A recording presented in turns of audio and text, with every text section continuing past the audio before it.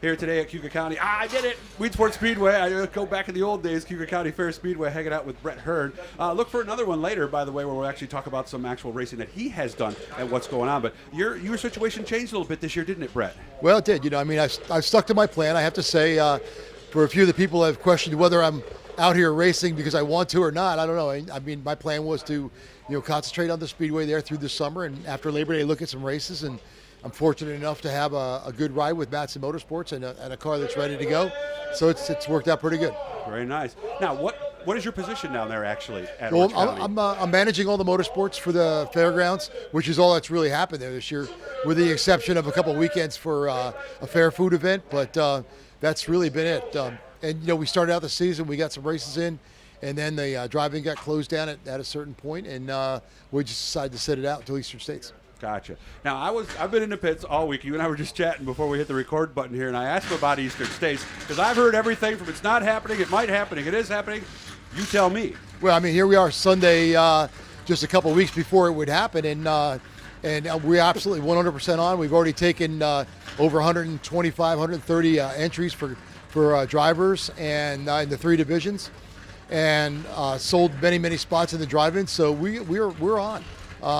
I would ask that any driver that's considering coming down, either one of the divisions or any of the 3 divisions to call the office right away, get entered, because we are going to have some pits inside the track and outside the track. Okay. So we want to have everybody in a designated spot before they arrive.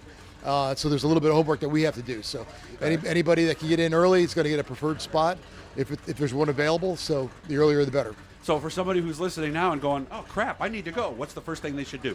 Call the office Monday morning. What's the number? 845-342-2573. So it's 845-342-2573.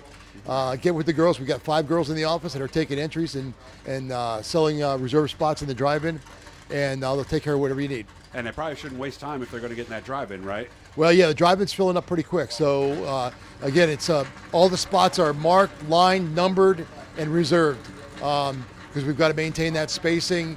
We have some other rules we got to abide by. So the more that we can do in advance, the better off we're going to be. How about the teams? They limited to how many people and things like that?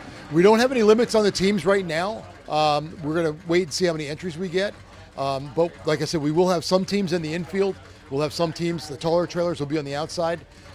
If they have multiple classes that they're running, they'll have small block and big block outside. So there's no real set format for that, other than the fact that when you arrive there, we'll tell you what spot you're in, and it'll already be predetermined.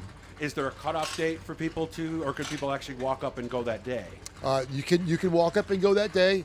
We're going to have drive-in spots available if they are available. We're going to have drive-in spots available the day of the features. It's a 2-day format. Unlike the past 200s where it was a 3-day format, we're going to do all our qualifying on Friday. We're going to do all our features on Saturday. Wow. So we do have most of our passes, including our pit passes, will be a 2-day pit pass.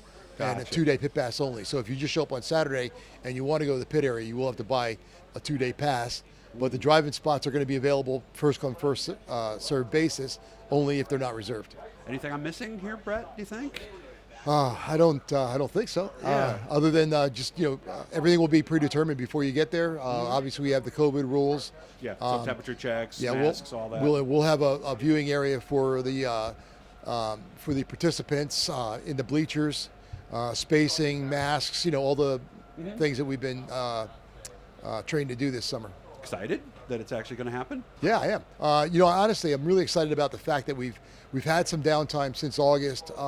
We struggled a little bit with the track conditions, and since then we've been running test and tunes on a weekly basis, and got to really learn how to prepare this clay the right way, and got the place down to where it's dust free now and smooth and racy and in that slick spot that we want to be in. So I'm really excited about seeing what it's like when we put a whole bunch of cars on it.